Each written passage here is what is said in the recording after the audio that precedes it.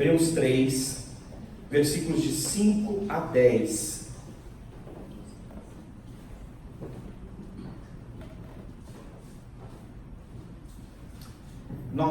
O tema do que nós vamos meditar nessa noite é o tema que nós vamos também meditar nos próximos 2 meses, juntos aqui. Não o mesmo texto, mas o mesmo tema. Queria compartilhar com vocês esse texto que diz que Moisés era fiel em toda a casa de Deus como servo, para testemunho das coisas que haviam de ser anunciadas. Cristo, porém, como filho em sua casa, a qual casa nós somos, se guardarmos firme até o fim a ousadia e a exultação da esperança. Assim como, pois, o Espírito Santo diz: hoje, se vocês ouvirem a minha voz, não endureçam o coração, como foi na provocação, no dia da tentação no deserto, onde os pais de vocês me tentaram, pondo minha prova, e viram as minhas obras por 40 anos. Por isso eu me indignei contra esta geração e disse: estes sempre erram no coração, eles também não conheceram os meus caminhos. Se a gente fosse ser mais estrito, hoje à noite nós vamos meditar especificamente no versículo 6. Cristo, porém, como filho em sua casa, a qual casa somos nós, se guardarmos firme até o fim a ousadia e a exultação da esperança. Só que a explicação desse texto está descrita nesses versos que nós lemos. Vamos pensar sobre a esperança viva. A primeira coisa que eu queria compartilhar com você é que nós temos muitas esperanças. Nós temos muitas esperanças. Não está escutando? Aí o nosso técnico vai ser, ouve lá no fundo como é que está. Eu queria te dizer uma coisa muito explícita. Nós temos muitas esperanças. Nós temos muitas expectativas. E há caminhos que nós escolhemos e a gente diz: olha, esses caminhos, puxa, eles vão ser um caminho. Eu preciso que 2 a 3 coisas a mais deem certo para que o caminho que eu estou trilhando seja maravilhoso e dê no caminho de esperança. Só que a Bíblia ela diz uma coisa: que existem caminhos que o homem acha direito, mas que eles terminam em caminho de morte. Então a gente tem muita dificuldade de entender o que é esperança ou o que a gente deve esperar, né? A gente teve um governo de esquerda e agora tem um governo de direita. Havia expectativas de quem acreditava no governo de esquerda por muitos anos, e existia uma imensa expectativa de quem acredita no governo de direita também. Mas nós brasileiros estamos sofrendo ainda, no meio dessas circunstâncias e dessas esperanças. Uma esperança viva, em primeiro lugar, eu queria dizer para você que ela tem uma casa para morar, a casa da esperança. Versículo de número 6, que eu li 2 vezes com vocês, diz que a casa onde Deus, o Filho de Deus, o próprio Jesus trabalha, é você, que crê nele. Você é o lugar onde ele deposita esperança, onde Deus quer colocar esperança para o mundo. Pensou que coisa louca? É lá onde Deus quer fazer que as pessoas voltem a acreditar em algo, quando elas estão desesperadas. E Moisés é um testemunho disso, porque ele vivia no deserto, ele estava num lugar inóspito, e Deus usou Moisés, e isso é uma crença não dos cristãos, mas dos judeus mesmo, que levou o povo até a terra que eles haveriam de conquistar. Mas o povo só via deserto. Então eu quero dizer que Deus quer que você seja uma casa de esperança no meio da aflição. Sabe? Nos períodos onde as pessoas estão passando fome, nós que cremos em Cristo somos pessoas que compartilhamos esperança, inclusive com os nossos recursos para que isso aconteça. As pessoas têm fome de sentido, de razão. As pessoas estão sem esperança, sem direção. Quando as pessoas estão desesperadas, elas procuram esperança. Estão desesperadas. Por exemplo, tem gente que acha o Natal uma fase incrível. Não sei se você é um cara natalino, gosta de Natal, né? Mas eu, como pastor, posso te dizer uma coisa: no Natal as pessoas estão desesperadas. Porque para muitas pessoas, aquela festa, que para muitos é no Brasil uma coisa incrível, que o brasileiro gosta de comer e tem bastante abundância de comida no nosso país, para muitas pessoas é um momento em que ele lembra que o ano não deu certo, que a escassez continua e que ele não tem família para celebrar. Há muita gente desesperada no fim do ano, não é só um momento de alegria. Quando as pessoas estão escravizadas, elas procuram esperança num lugar. E eu quero agradecer a Deus porque os cristãos no mundo contribuíram para a libertação de uma coisa injusta que era a escravidão.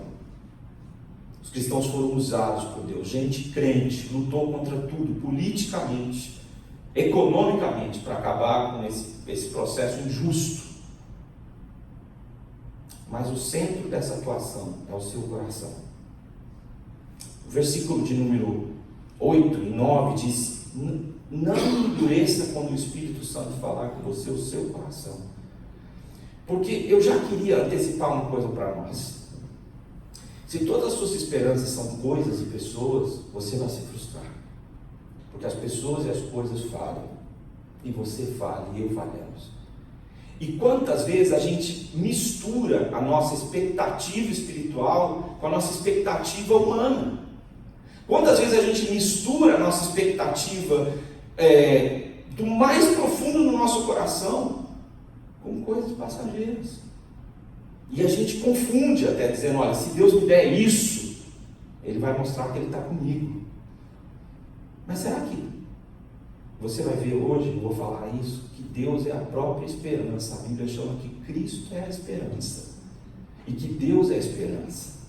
Então, se você andar com Ele, você tem esperança. Se você não andar com Ele, você não tem esperança. A vida humana, ela é uma vida interessante. Você pode ter coisas e pode deixar de tê-las. Mas se você tem esperança, não depende se você tem muito poder aquisitivo ou pouco poder aquisitivo.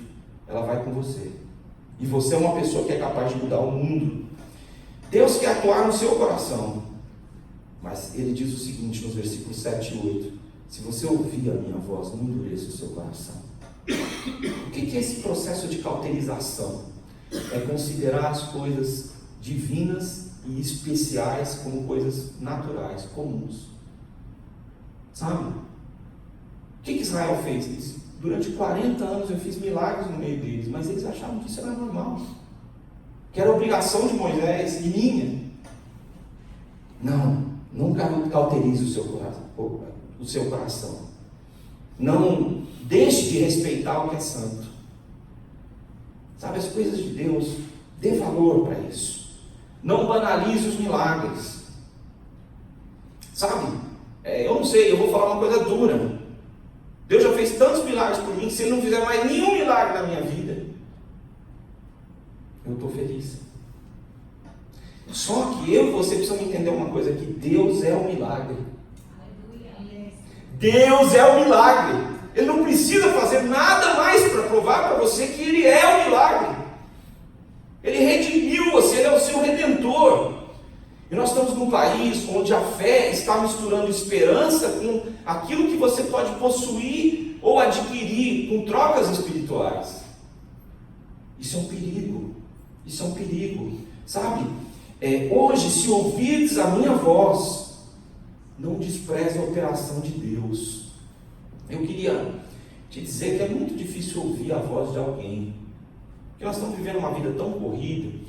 E aqueles irmãos que eu não vi há algum tempo, eu tenho falado muito sobre a síndrome do pensamento acelerado, que é você estar super acelerado.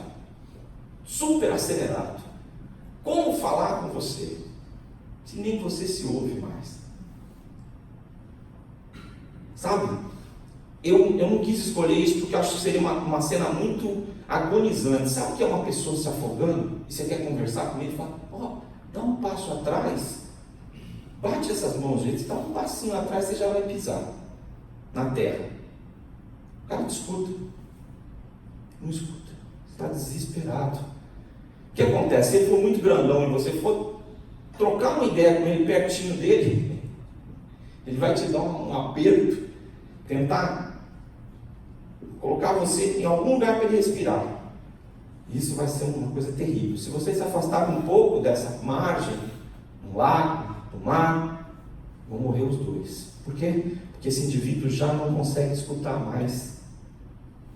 Hoje, se vocês ouvirem a minha voz, a casa diz o versículo 6, que são vocês, a casa de Deus, que são vocês. Vocês são a casa onde eu vou plantar esperança, mas vocês precisam ouvir a minha voz.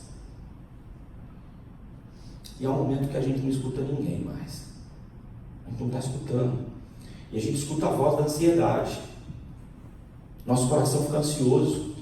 E quem está acelerado fica ansioso, porque fica esperando que o dia seguinte, aquele sonho, aquele plano se concretize. E o plano não se concretiza. E a gente está vivendo um momento em que o eu está em alta, super em alta. E o eu em alta, ele quer dizer para você o seguinte: faz o que você está planejando, vai dar certo. E a religião, às vezes, para muitas pessoas, entra nesse buraco, para dizer o seguinte: olha, faça o que você está pensando, que Deus é com você. E tem os profetas de plantão também, se você der uma contribuição, ele fala: é isso mesmo, Deus quer isso. Não. Você tem que entender que Moisés vivia debaixo das ordens de Deus, e a bênção vinha sobre ele, porque ele era fiel a Deus. Sabe, você não pode impor a Deus a loucura que você está vivendo, de uma vida acelerada, uma vida sem tempo, uma vida em que você não pode mais usufruir tudo aquilo que o Senhor planejou para você. Sabe, que adianta você conquistar o mundo se você não é capaz mais de ver o pôr do sol? Muito interessante é que o versículo de número 7, 8, 9 e 10, eles falam sobre como Israel se comportou. E no versículo 10 ele diz assim: eu me indignei contra eles, contra essa geração, e disse para eles o seguinte: eles sempre erram no coração. Como isso? O que isso quer dizer? Como errar no coração? Quando o seu coração escolhe o que é veneno para você, você erra no coração. É uma escolha horrível. E errar no coração significa viver uma vida apaixonada. Pois é, quem sofre de paixonite, é um negócio assim: você se apaixona por uma coisa e fica cego. Sofre muito por isso, porque algumas das suas escolhas são veneno. Os instintos, tem gente que é instintiva. Ele quer fazer algo, então passa alguma coisa parecida com aquilo que ele está tentando fazer, e ele diz: isso é de Deus. É ele que quer, e passou algo, né? Igual o camarada que senta na igreja e diz: Senhor, que era escolhida, sente aqui do meu lado hoje, né? Aí senta alguém e fala: Senhor, o senhor está de brincadeira, né? Não pode ser essa. Muitas vezes nós estamos vivendo uma vida em que a gente quer que o que eu penso, os meus instintos, seja o que Deus quer. E o meu coração está doente, sabe? Porque eu deixei para trás o que é essencial, o que é vital para o meu coração. O que meu coração precisa sentir, eu esqueci. E talvez você fez com que a criança que você é, a menina e o menino que você era, ou que você é, que nós éramos, não tenha mais voz para você. E você colocou alvos e metas. E eu não tenho nada contra ter alvos e metas. Mas eu quero te alertar se os seus alvos e metas são meramente financeiros. Porque assim, quero alertar os pais que se suas metas forem meramente financeiras, vocês não vão ver seus filhos crescerem. Não quero culpar vocês, eu também sou pai, tenho criança pequena e a gente já está muito culpado, né? Não quero culpar vocês, mas se a sua meta for meramente financeira, o que vai acontecer com você? Outra coisa, vocês que não têm filhos ou que os filhos cresceram já, se as suas metas são meramente profissionais, como curtir a pessoa que você prometeu amar pro resto da sua vida? Se as suas metas forem você mesmo, mas você não tiver mais tempo para você. Eu quero falar para vocês, nesse momento da mensagem, que falar para vocês hoje é muito duro falar essas coisas, porque eu me vejo em cada uma dessas coisas, eu me vejo errando nessas escolhas também. Como você, eu sou igual a vocês. E como a gente está apegado a coisas que não vão nos salvar, porque nós estamos equivocados nas nossas escolhas. E sabe o que Deus diz? Vocês são a casa da esperança. As pessoas vão olhar para vocês e vão esperar. elas vão ter esperança de que o mundo vai mudar. Vocês, igreja, redenção, alguns ficam distantes por mais tempo, aí voltam e tal. A confiança que vocês têm voltado no trabalho que nós estamos fazendo aqui é uma responsabilidade que às vezes me tira o sono. Confesso a vocês que nós estamos esperando que o Senhor faça algo grande por nós, mas eu tenho me acalmado, concluindo que quem vai fazer algo grande é o Senhor, não sou eu, nem vocês, porque Deus é bom e Ele está conosco. Segunda coisa que eu quero te dizer sobre uma esperança viva é que ela tem uma casa. Nós falamos em primeiro lugar, mas em segundo lugar, Deus é o alicerce dessa esperança, tá? A esperança é Deus. Deus é o alicerce. Acho lindo o versículo 6, mais uma vez quero ler com você, diz assim: Cristo, porém, como Filho, em sua casa, a qual nós somos, se guardarmos firme até o fim, a ousadia e a exultação da esperança. Nós somos a casa da esperança, se nós guardarmos firme o que Cristo fez por nós. Esperança é Deus. Queria te dizer que algumas esperanças vão virar um pesadelo. Eu já tive esperanças que viraram um pesadelo. E muitas das vezes, aquilo que a gente tanto vota confiança é um engano. Vai dar errado. Eu falei disso. E o que Deus espera de você? O verbo usado para o verbo em grego, para permanecer firme, ou guardar firme, é kateco, e ele diz que você e eu precisamos estar firmes. Por quê? Porque nós temos um Deus que está por trás de nós.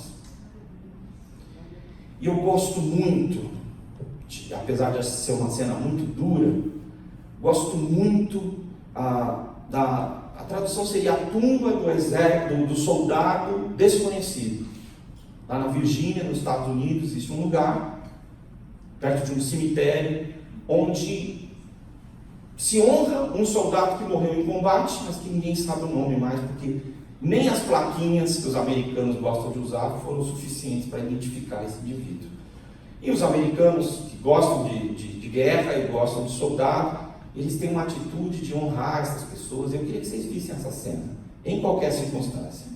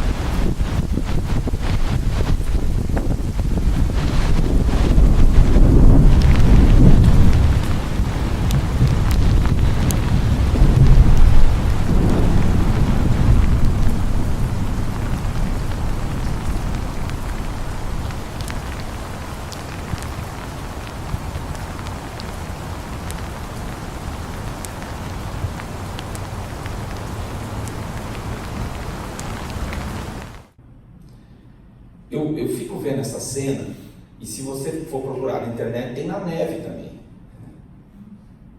E não importa o dia que for, esse lugar há dezenas de anos ele é mantido guarda, essa é a troca de guarda. O camarada não diz assim, hoje, desculpa, coronel, sargento, e eu não vou fazer a troca de guarda porque está chovendo. E eu não vou segurar a onda de ficar no meio da chuva. Ou eu não vou ficar de guarda no meio da chuva. É isso. Tem dia e noite gente de guarda. Porque essa é a maneira do exército dizer: nós vamos honrar aqueles que dedicaram a vida por nós e morreram desconhecidos, sem honra. Nós vamos honrar essas pessoas. Não sei quem teve a ideia, não sei mais detalhes. O que o Senhor quer de você e de mim? Firmeza. E como é que eu mostro essa firmeza? Eu já vou me antecipar para falar o seguinte. Hoje nós estamos vivendo um tempo em que a gente não quer contrariedade. E o Senhor quer ser reconhecido por você nos lugares mais escuros da terra. Onde ninguém está falando de Deus, onde ninguém está buscando a Deus, onde tem escuridão, desespero, aflição, demônios. É lá que o Senhor está esperando que você o honre e mantenha-se firme lá. Tem gente que acredita que manter-se firme é ficar escondido, ao invés de falar, é ficar dizendo, eu estou firme, ó, os caras estão fazendo errado e eu não estou fazendo. Manter firme não significa não fazer o que é errado. Isso é uma parte da sua fidelidade a Deus. Não é isso, mas é fazer o certo, para que as pessoas vejam isso e conheçam a Deus. Quem diz isso? Mateus 5,16. Olha, vendo as obras de vocês, os homens me glorifiquem e reconheçam que eu estou vivo e que eu existo. Muitas vezes, nos manter firme é difícil. Ficar de guarda quando a madrugada avança. E eu não sei qual é o pior horário da madrugada. Para mim, o pior horário é perto do amanhecer. Parece que começa a subir um frio, né? Se você está no campo, começa a subir um frio. A hora que começa a amanhecer, parece que veio o frio. E qual que é a sua função? Manter-se firme. Mas manter-se firme, tudo pode estar contra você. Tudo pode conspirar contra você. A teologia tem chamado isso da perseverança dos santos. E é muito interessante que o texto diz, se guardarmos firme. Mas então, eu posso perder a minha fé? Eu posso perder a minha salvação? Eu sempre respondo de uma forma simples. Ninguém perde o que não tem. Tá? Se você nunca foi salvo, não fique preocupado em perder a sua salvação. Você não se preocupa, inclusive, com a sua vida espiritual, não fique preocupado. Porque quem está preocupado com a vida espiritual é porque quer encontrar salvação em Jesus e quer viver para Jesus. Quem não está preocupado, não se preocupe. Não vai perder a salvação. Ninguém perde o que não tem. Se você veio só com o bilhete único, você pode roubar o bilhete único de você, mas mais que isso não vai roubar, não tem o que fazer. Então, se eu me mantiver firme, só que a Bíblia diz, de uma forma muito interessante, no livro de Hebreus, que nós não somos os que retrocedem para a perdição, mas avançamos para a salvação. Então, eu e você somos chamados a perseverar, a ter uma atitude firme, a ter uma atitude fiel, em qualquer situação.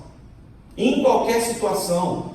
Nós estamos seguros, não porque nós somos fortes, mas porque a rocha onde nós estamos alicerçados é firme. Deus, conforme nós estamos pensando, Deus é o alicerce da esperança. Não é você, não sou eu.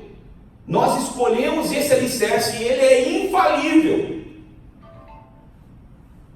Como pastor, eu vou conhecendo as necessidades das famílias, alguns vão me contando pedidos de oração. E todos nós ficamos aspirando que as coisas mudem em alguma área. Tem gente aqui que está realizada profissionalmente, ainda quer se realizar mais, mas em outras áreas não está tão bem. Tem gente que emocionalmente está realizado, mas na vida profissional não está realizado. Então, eu queria declarar isso em nome de Jesus. Deus é a sua esperança. E Ele quer fazer a sua vida prosperar. Mas a primeira coisa que eu e você temos que reconhecer é, Senhor, não existe esperança que possa se comparar contigo. Nada é igual ao Senhor.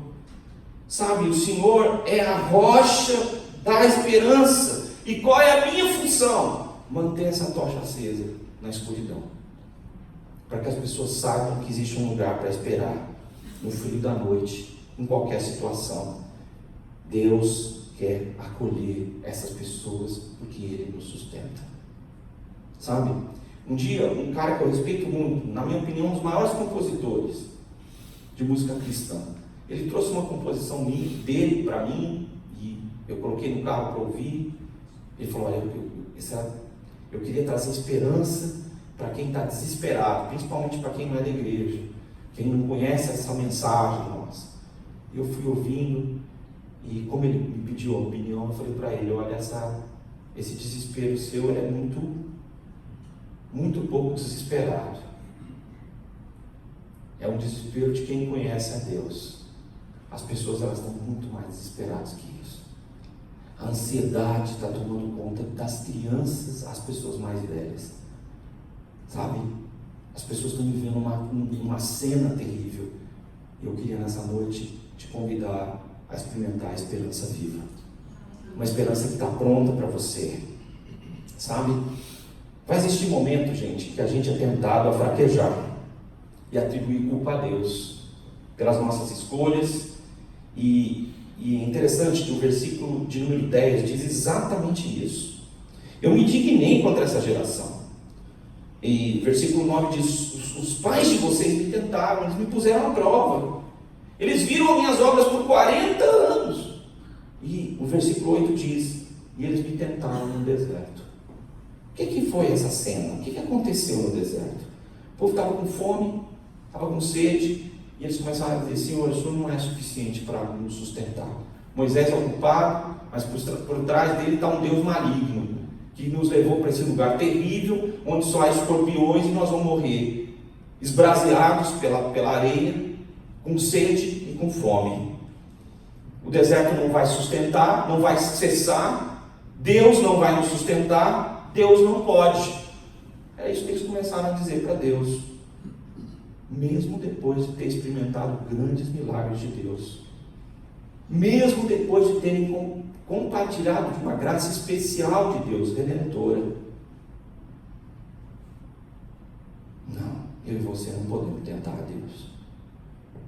Hoje, eu queria, quando você voltar para casa, saindo daqui, no silêncio que você encontrar, diga: Deus, o Senhor nunca falou comigo. Deus, o Senhor nunca me desamparou. Deus, as coisas estão dando errado, mas foram muitas escolhas que eu fiz errado. Mas ainda assim, age, Pai, porque o Senhor pode. Sabe? O Senhor pode. Quero, para fechar esse bloco, lembrar das palavras de Jó, que estava em um momento de desgraça humana. Perdeu seus filhos, perdeu tudo que tinha. E o texto bíblico de Jó diz o seguinte: em momento algum atribuiu Jó a Deus falta alguma. Oh, meu irmão, Deus espera isso de mim, de você, que Ele seja a nossa esperança. A terceira coisa que eu quero compartilhar com vocês é a luta da esperança. A esperança tem uma casa, que é você. A esperança tem um alicerce, que é Deus. E a esperança é uma luta. É muito interessante que o texto, ele diz no versículo 6, que nós lemos algumas vezes já nessa noite, pelo menos 3, ele diz o seguinte: se guardarmos firme até o fim, porque quem guarda firme até o fim, lembra que a gente falou a perseverança dos santos, com ousadia, a exultação da esperança. Essa palavra, paresia, usada aqui no grego, ela significa intrepidez. Por causa da esperança, nós nos arriscamos.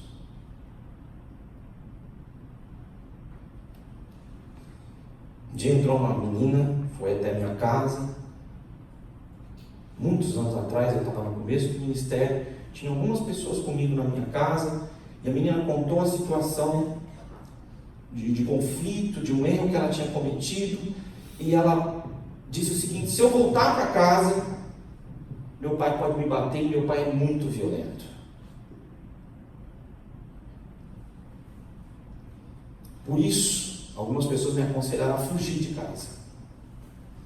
O erro não era tão grave assim, não era uma coisa passível de morte, mas nesse mundo terrível, o que vai acontecer? E eu lembro que eu orei com aquela moça com uma simplicidade, com uma confiança, que Deus desse paz àquela casa, e que houvesse reconciliação entre pai e filha. E disse: filha, sua mãe está em casa? Tá. Esse é o seu lugar. Vá para sua casa. Deus já protegeu a jornada. Aí as pessoas que estavam comigo, depois que a moça saiu e foi para casa, disse: mas faça uma coisa, chegando lá, você vai dar notícia para mim. Mas vai correr tudo bem. E as pessoas que estavam comigo em casa, uma delas disse o seguinte: você é louco. A menina descreveu quem é o pai dela, descreveu o que pode acontecer e o que o pai dela é capaz de fazer. Eu respondi: mas nós oramos. A nossa esperança não é o pai dela, não é a menina. mas é o que Deus pode fazer. E Ele vai fazer, como fez, que aquela família se reconciliasse. Por causa da esperança, nós nos arriscamos a proclamar esperança para quem não tem esperança. Nós temos um projeto lá no Campanário e tem muita gente muito carente, muitas famílias muito carentes. E nós instruímos, nós conversamos, nós ouvimos as crianças. Esse é um trabalho da capelania. E em algumas ocasiões nós visitamos a casa deles também. E eu quero falar para vocês que chega um momento, para mim, que só existe esperança em Deus. Porque as pessoas se meteram em tamanha destruição pessoal e geraram filhos para passarem aflições como eles, loucos, estão vivendo. Que eles precisam conhecer a esperança. Porque não existe outra esperança que nós possamos apresentar para eles. Nós podemos tentar ajudar por amor. Mas Paulo diz, todos os dias nós colocamos a nossa vida em risco por causa do teu amor. Romanos 8. As pessoas vão nos questionar se nós temos esperança. E elas vão dizer o seguinte: vocês estão doentes, vocês foram traídos, você não prosperou o quanto você queria. Nós, seres humanos, nós temos um problema, né? Que começa com INTA e depois vai pro ENTA, né? O cara, quando faz INTA, né? Ele começa a falar: eu devia ter virado, eu já devia ter feito isso, aquilo. Quando ele chega no ENTA, ele já entra em desespero. Entra em desespero, né? E ele fala assim: e agora já passou. E é muito engraçado que eu tenho visto agora, cada vez mais precocemente, essa ansiedade. Então tem um moleque que aos 20 ele quer lançar um livro, ele lança o livro. Você pega o livro dele e tem que lançar também, porque aquilo é uma porcaria. Não tem o que fazer. Mas ele lançou, ele está todo orgulhoso. E ele conseguiu que ele e todos os seguidores dele que o seguem porque ele fala bobagem. E ri. Então ele está lançando um livro, as pessoas vão rir mais, mas ele quer falar algo sério. Não vai dar certo. Nós não triunfamos na batalha como esperávamos, e as pessoas começam a dizer: olha, e aí? E agora? Vocês não são o povo de Deus? O cara lá não falou que a casa da esperança não são vocês? E o livro de Jó é uma tentação para Jó. Os amigos dele falaram: se você fosse tão justo assim, cara, você não estava coberto de chagas, de doenças de pele, supurando e causando dor e aflição em você. Você não tinha perdido seus filhos, você roubou, você pegou a coisa do mais pobre. É assim que o livro vai se desfechando, porque enquanto o Jó se defende, as pessoas dizem: não, o mal só acontece do jeito que você está sofrendo, para quem é mal. É isso que o texto diz. E não pense que isso não vai acontecer com você, as pessoas vão dizer isso, mas e aí? E aí, meu irmão, que nesse momento, eu e você temos que ter intrepidez. Deus não perdeu o seu plano de vista. Nem olhos viram, nem ouvidos ouviram, nem jamais penetrou em coração humano que Deus tem preparado para aqueles que o amam. Mas pode ser que a esperança que você tem não é a que Deus tem para você. Às vezes você está querendo ser um excelente profissional, você quer ganhar dinheiro e Deus quer fazer você um filho excelente, um filho de Deus excelente, uma filha de Deus excelente. E por enquanto ele não está conseguindo, não, porque você não está ajudando. Eu não estou ajudando. Como é que isso vai acontecer?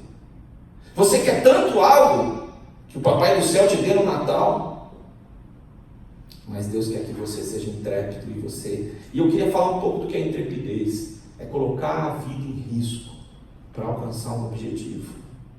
E o nosso objetivo é proclamar a esperança. Eu queria falar nesse momento uma coisa muito importante para nós aqui. Eu queria que você prestasse muita atenção. Existe uma corrente positivista e humanista que ela, desde o século XVI, ela vem com a Renascença, ela vem correndo o mundo afora. E essa corrente humanista ela é muito antiga. Eu não diria que ela começou com a Renascença. Ela existe há muito tempo. Essa é uma crença de que o homem está no centro. E o pessoal hoje, a autoajuda, quando você começa a dizer: eu não vou conseguir, ele fala: não, senhor. Se você tiver um coaching, ele vai dizer para você: você vai conseguir. Repita aí. Fala alto agora. E você fica já, ai meu Deus, eu vou conseguir, porque né, você está pagando o cara está ficando bravo, você está ficando, eu vou conseguir e tal. Isso é legal, cara. Isso é legal. Fala isso que energiza. Entendeu? Começa de manhã o dia no espelho, né? Se tiver muito descabelado e quebrar o espelho, a culpa não é minha, mas vai lá e grita no espelho, você sai energizado. Sabe, eu vou conseguir. Só que eu queria dizer uma coisa. Pela fé, Deus colocou palavras eternas na sua boca. Deus chamou você para abençoar eternamente. Deus chamou você para falar coisas que vão prosperar eternamente, porque não são de você para você, mas são dele para você. Deus prometeu que a sua casa é abençoada, porque Ele está com você. E não é porque você coloca um ar cheiroso lá na sua casa, não, sua casa é abençoada. Então quando você fala bobagem, irmão, não é autoajuda, não é ajuda do alto, que eu e você precisamos. Precisamos crer que a nossa casa é abençoada. Você olha seu serviço lá, seu chefe, você quer matar o cara. Ele aparentemente está destruindo sua vida. E você fala, isso aqui, esse lugar aqui é um lugar do cão. Não é não, irmão. Você não trabalha no canil. E você não é um cachorro também. Irmão, você está num lugar abençoado, porque você está com Deus. E não tem um lugar onde Deus não abençoa você. Agora, se você vai continuar o resto da vida no caminho, aí é uma responsabilidade sua também. Você tem que ver se esse é o plano de Deus, porque as pessoas às vezes começam a pedir para Deus umas coisas que Deus fala, não, filho, não quero isso para você.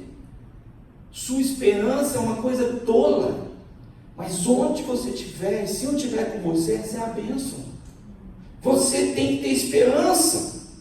Você precisa avançar. Quando estiver terreno inimigo, a coisa não estiver, avance. Avance para proclamar esperança. Às vezes você sente que você não está seguro em casa, não está seguro no trabalho, não tem prosperado no seu relacionamento afetivo. Às vezes seus amigos não estão prosperando, os relacionamentos de amizade, mas Deus está chamando você para uma batalha de esperança, para colocar esperança na vida das pessoas. Sabe, eu não sei, aqui podem ter pais aqui, que é difícil dar um conselho para o seu filho agora, porque já cresceu, e se ele era criança e já tinha dificuldade de ouvir, imagina ele velho agora, mais velho. Proclame esperança em nome de Jesus na vida do seu filho, na vida do seu esposo que não está aqui, da sua esposa que não está aqui. Proclame esperança. Sabe, o que nós estamos fazendo hoje vai refletir no futuro. Gente, eu acho que a grande responsabilidade que eu tenho aqui de proclamar a palavra de Deus é que eu tenho visto na minha história que as coisas que eu proclamo em nome de Jesus, elas se refletem no futuro. O versículo de número 5 que nós lemos, diz exatamente isso. Moisés era fiel em toda a casa de Deus, como servo, para testemunho das coisas que ainda haviam de ser anunciadas no futuro. O que Moisés estava fazendo ia ter um reflexo no futuro.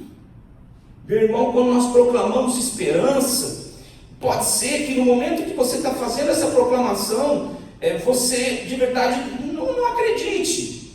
Que naquele momento você diz, mas Deus não fez nada. Não diga isso, meu irmão. Porque a palavra de Deus não volta vazia. Quando você falar algo em nome de Deus, você precisa entender uma coisa. Eu queria que você prestasse atenção nisso. Seu coração precisa ser cultivado com esperança. No meio da crise, gente, sabe o que a gente pensa? Vou segurar, não vai dar. Não estou falando de vida financeira, mas você não pode segurar tudo, não. Você precisa ter esperança. Seu coração precisa ser cultivado com esperança para você entrar na terra que Deus prometeu. E a terra que Deus prometeu talvez não seja a terra que eu e você estamos pensando que é. É muito melhor. É muito melhor. Quarto e último aspecto que eu quero abordar com você é sobre o transbordamento da esperança. O texto diz o seguinte, verso 6 ainda, que nós estamos expondo, ele diz o seguinte: se guardarmos firme até o fim a ousadia e a exultação da esperança. Essa palavrinha me deu um pouquinho mais de trabalho do que as outras. E eu queria dividir esse trabalho com vocês. Muito interessante. A palavra usada para essa exultação é uma palavra interessante. Ela chama kaukema. E ela era usada na Grécia como vaidade, orgulho que pode causar a ira divina. Na Bíblia, no Velho Testamento, ela era uma espécie de orgulho que podia trazer a ruína. Mas aí aconteceu algo diferente. No Novo Testamento, no Velho Testamento também existia uma coisa. Se alguém quisesse se orgulhar, diz no Velho Testamento, muito interessante. O Velho Testamento diz: mas o que se gloriar, glorie-se nisso, em conhecer e saber que eu sou o Senhor. A palavra usada lá na Septuaginta é essa, kaukema, que significa o seguinte: se você quer se orgulhar de algo, se orgulhe de mim. Se orgulhe de mim. Longe de mim, diz Paulo, eu me orgulhar senão da cruz de nosso Senhor Jesus. Então essa palavra, ela diz o seguinte: eu tenho que me orgulhar e transbordar de esperança, porque ela vem de Deus. Eu não tenho que ficar tímido em ter esperança. Conheci uma senhora chamada Dona Celina. Dona Celina era uma pessoa muito pobre. Foi a pessoa crente que eu conheci, mais pobre que eu conheci no mundo. Ela era miserável. Ela tinha 2 a 3 filhos, tinha 3 filhos. Foi abandonada pelo marido, morava numa casa de barro, na beira de um rio. E eu tinha 18 anos quando eu fui o pastor daquela comunidade na favela no Nordeste. Na minha ingenuidade, eu olhava nas prateleiras e não via comida. Porque eu não entendia o que era miséria ainda. Toda vez que eu passava na casa da Dona Celina, porque era quem tinha a chave da igrejinha que era de barro, ela tinha uma notícia nova. Boa, uma boa notícia. E eu olhava aquilo lá e falava: essa mulher deve ser louca. Porque, velho, a situação... ela está na beira desse rio, esse rio transborda e ela vai perder tudo. Como essa mulher pode continuar cheia de esperança? E eu chegava lá e dizia: olha, pastor, me chamavam de pastor lá. Precisamos juntar um dinheiro que mataram a facada, o vizinho, sabe quem é? Aquele senhor que é assim, a gente nunca sabe quem é, né? Direito. Ele já cumprimentou o senhor, sabe quem o senhor é? A gente precisa comprar um caixão para ele. O senhor pode ajudar?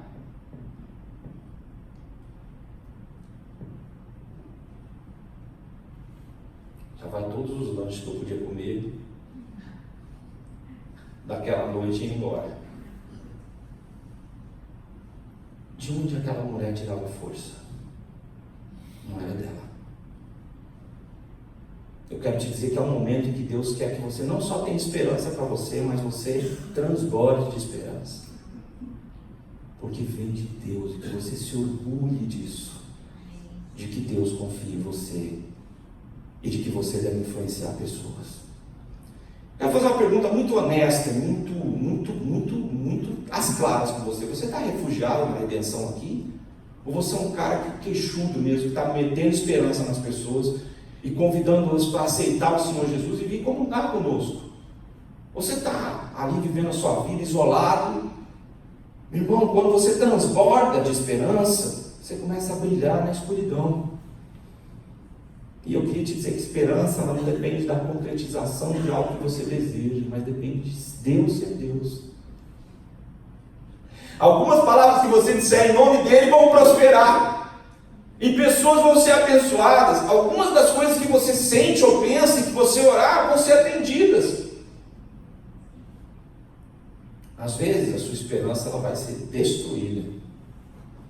A Bíblia diz em Romanos 4:18 que Abraão, esperando contra a esperança, creu. Toda a esperança que Abraão tinha de que a mulher dele, Sara, que era Sarai, que virou Sara, desse a luz, passou. E aí Deus se tornou a esperança de Abraão. E Deus concretizou. Sara deu a luz. Deus tem uma esperança superior a qualquer esperança que eu e você podemos criar. Ele vai ser a nossa pátria, a nossa família, o nosso abrigo, e vai fazer por nós algo que nunca, nem nós mesmos faremos por nós mesmos, porque nós somos maus. Deus é bom, plenamente bom. Quero te dizer que o único meio para que você transborde esperança é pela fé. Você não tem recurso. Se você quiser usar a sua imaginação, ela não vai dar certo. Se você quiser falar umas palavras boas, vão ser de autoajuda. Sabe quando o cara perdeu alguém, você está no sepultamento, você quer fazer um discurso, e você não sabe de nada do que o cara está passando? Não adianta muito o que você vai falar, não vai funcionar. Às vezes um abraço, uma lágrima, podem ser muito mais efetivas do que um discurso. Pela fé. E como é que eu uso a fé? Eu olho para Deus. Eu me volto do ambiente de destruição onde eu estou, saio desse ambiente, saio da minha tenda e olho para os céus, e Deus diz, olha, é assim que eu vou te abençoar. E aí você diz assim, como que o Senhor vai me abençoar? Quero falar uma coisa muito explícita. Se eu e você, Deus nos chamasse para fora, num campo, principalmente na região desértica, e Ele dissesse assim, é assim que eu vou te abençoar. Eu e você não sabemos nada. Nós não conhecemos constelações. Fizemos um exame para você dos pontinhos, agora indica qual constelação é essa e qual a distância. Você não sabe de nada. A maneira como Deus vai abençoar é uma maneira inédita para nós. E eu quis compartilhar um fato real com vocês agora, para vocês entenderem o que Deus é capaz de fazer no nosso mundo. Um deserto coberto de flores. Parece até um sonho, mas é real. As fortes chuvas que caíram nos últimos meses no norte do Chile modificaram o habitual ocre do deserto do Atacama por uma explosão de vegetação e cores. A mudança climática está contribuindo para que o deserto florido, como está sendo chamado pelos chilenos, seja um fenômeno cada vez mais frequente. Mais de 200 espécies de flores ficam escondidas debaixo da terra seca durante anos e emergem quando a chuva cai. A paisagem lembra até um quadro impressionista e atrai visitantes. O espetáculo no deserto mais árido do mundo começa ao norte de La Serena, a cerca de 500 quilômetros de Santiago, e se estende ao longo de 1.600 quilômetros até as fronteiras com o Peru e a Bolívia.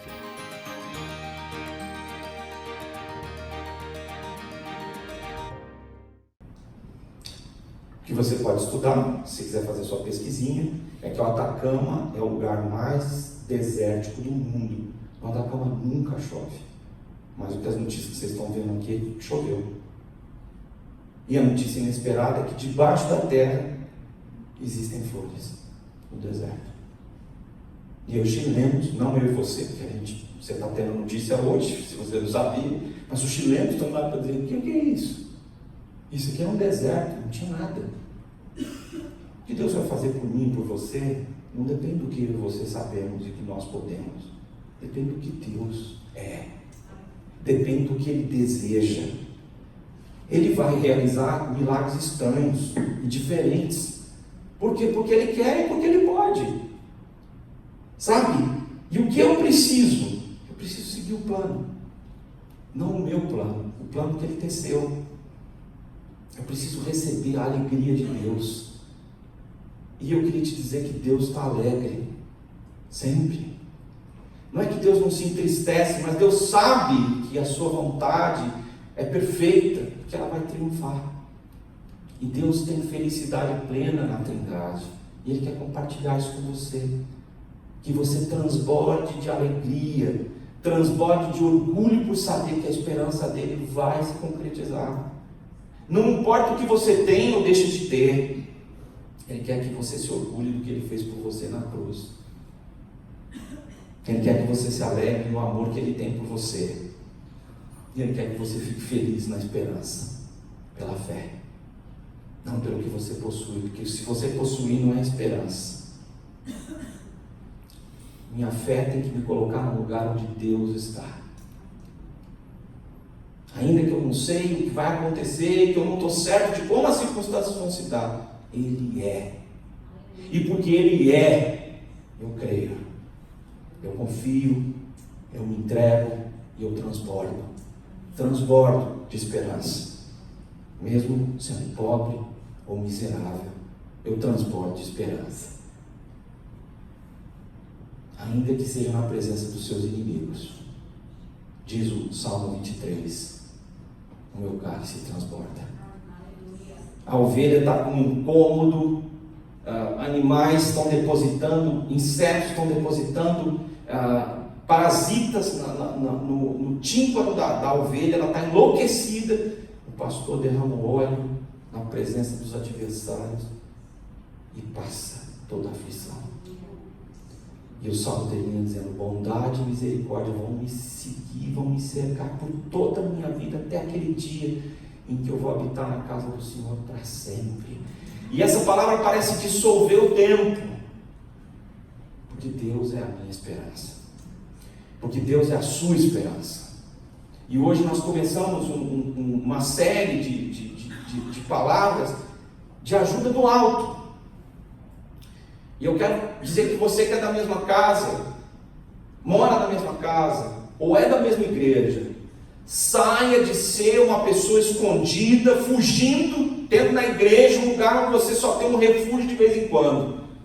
E entenda que a igreja é você. Você é a casa de Deus, nós ouvimos hoje.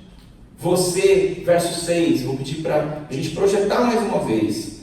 Verso 6 diz isso, olha, Cristo, o Filho, diz o verso 6, o Filho, porém, em sua casa, a qual somos nós.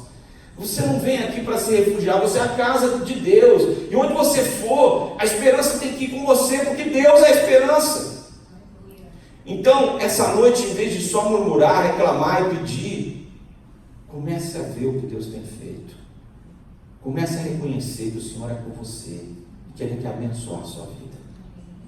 Deus te abençoe, que você saia nessa noite cheio de esperança, você volte para casa mudado, não porque você gritou no banheiro do hotel, pode gritar, viu? Se disser que você é daquela igreja, eu não sei, né? Grita aí, vai para casa abençoado, mas mais do que gritar, sabe, reconheça que Deus está com você, Deus está com você, e que essa é a esperança e as coisas vão mudar, porque Ele pode. E gente que não crê nisso e toca a sua vida, não está prosperando, porque está vivendo da maneira de dizer, mas isso é caso perdido. Meu irmão, eu e você não somos pessoas para dizer o que é caso perdido. Nós somos a casa da esperança, onde Deus quer depositar a esperança.